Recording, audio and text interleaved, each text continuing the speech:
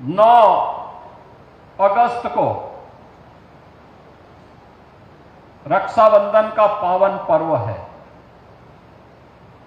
और रक्षाबंधन हमारे यहां सनातन धर्म की परंपरा में एक पुरोहित के द्वारा एक यजमान के हाथों की यजमान के लिए, एक बहन के द्वारा एक भाई के लिए एक पवित्र सामाजिक बंधन के इस आयोजन के साथ हम जुड़ने जा रहे हैं। याद करिए, पर्व और त्योहारों की एक लंबी श्रृंखला सनातन धर्म की परंपरा में हम सबको इसकी गहराई, इसके महात्म, इसके सामाजिक और आध्यात्मिक महात्म की ओर हम सबका ध्यान आकर्षित करते हैं। भाई बहन के बीच संवाद और संपर्क कैसे होने चाहिए, एक पुरोहित का यजमान के प्रति दायित्व क्या होना चाहिए, इन सब के लिए ये पर्व और त्योहार हम सबको एक नई प्रेरणा प्रदान करते हैं। और इसीलिए तो हमारी सरकार ने तय किया है कि 8, 9 और 10 अगस्त को हर वाहन के लिए उत्तर प्रदेश परिवहन निगम और नगर विकास की बसेज में फ्री में यात्रा की सुविधा उपलब्ध रहेगी। एक सहयात्री के साथ में वे उत्तर प्रदेश के अंदर कहीं से भी कहीं तक यात्रा कर सकती हैं, कोई किराया उनसे चार्ज नहीं होगा। ये बहनों को ये डबल इंजन सरकार की एक उपहार है। आज वही जिला मुख्यालय का उपहार देने के लिए हम संभल नगर को आए हैं। बहनों और भाइयों, संभल की घोषणा हुई थी 2011 में। पिछले 14 वर्षों के पास संभल के पास अपना जिला मुख्यालय नहीं, पुलिस लाइन नहीं। हमने 288 करोड़ पुलिस लाइन के लिए यहां स्वीकृत किए हैं, काम चल रहा है।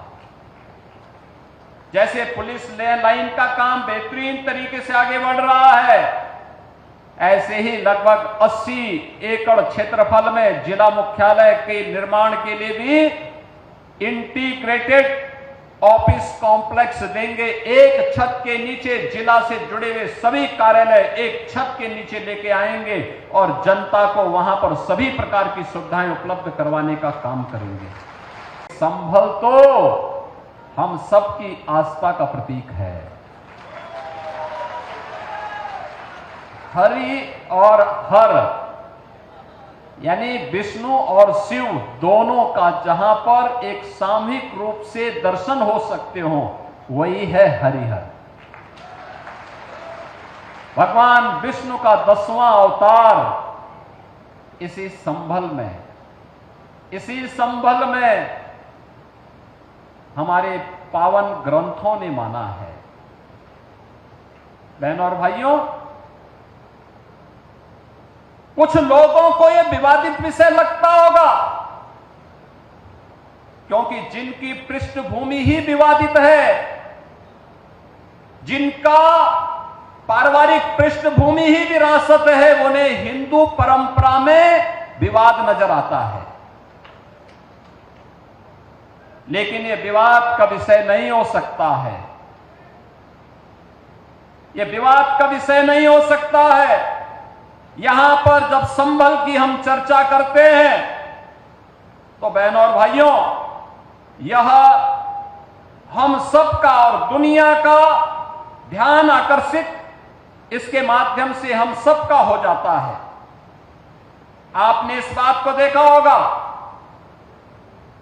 कि संभल की चर्चा जो सबसे प्राचीन पुराण है, श्रीमद् भागवत महापुराण, 5000 साल पहले रचा गया था। भगवान वेदव्यास ने महाभारत युद्ध के बाद उस समय की शांति के लिए, मुक्ति के लिए जिस महापुराण की रचना की थी, वह श्रीमद् भागवत महापुराण है। स्कंद पुराण विष्णु महापुराण, इन सब में यह उल्लेख है। चिल्ला चिल्ला के हमारे पावन ग्रंथ इस बात का उल्लेख कर रहे हैं कि भगवान विष्णु का 10वां अवतार कल्कि में होगा। स्कंद पुराण ने तो इस बारे में कहा है कि सत्य सत्यव्रतो नाम त्रेतायाम च महदगिरी द्वापरे पिंगलो नाम कलो संभल उच्यते। यानी संभल ये कलयुग का नाम है। अलग अलग युग में अलग अलग नाम थे। सतयुग में सत्यव्रत, त्रेता में महदगिरी, द्वापर में पिंगल और आज सांभल यानी संभल हो गया।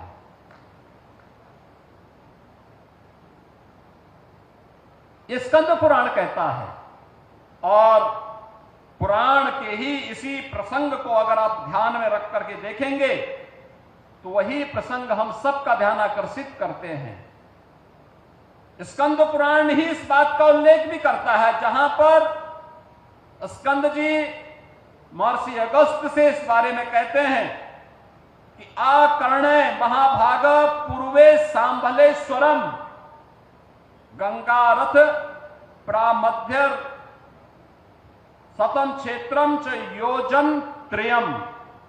यानी यह संभल के बारे में कि संभल नगर जो भागीरथी गंगा और राम गंगा के मध्य में है, यह 36 किलोमीटर की दायरे में स्थित है।